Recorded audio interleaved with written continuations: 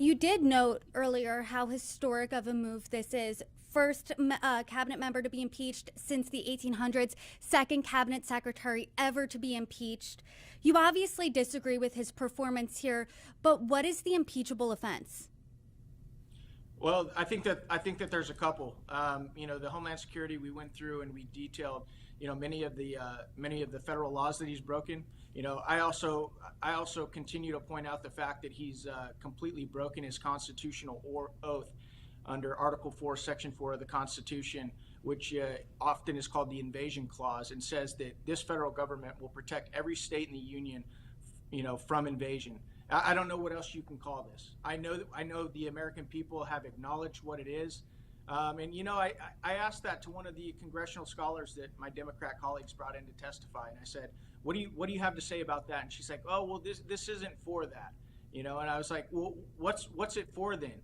It's like when I said common sense a second ago. Do you think for a second that some of our adversaries? I think we had like 23,000 Chinese come in this last year.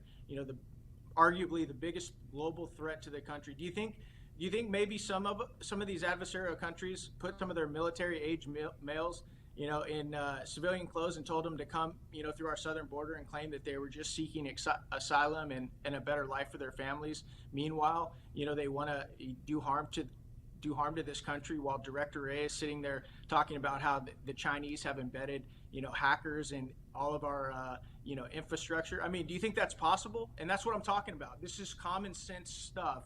And tell me how that doesn't violate the Invasion Clause. Tell me how that doesn't violate the Constitution. Tell me how that doesn't violate Secretary Mayorkas's oath to protect and defend the Constitution of the United States. And when I look at what we can do here in Congress, I told my voters that I would come here and do everything possible to change the way this place works and to protect them and to put America and Americans first.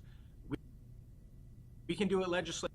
That is the most robust, Homeland Security bill that's ever been passed out of Congress. We can use the power of the purse. Unfortunately, we don't have the backbone to do. We don't have the backbone to do that.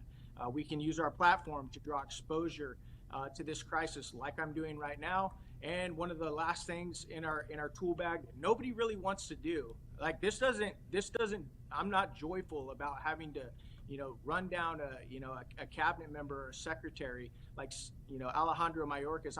I know his story. The guy's got an impressive story. But at the end of the day, if you're not going to protect the very people that I'm here to represent, American citizens, hey, I'm going to do everything I can to hold you accountable and to get you out of that job.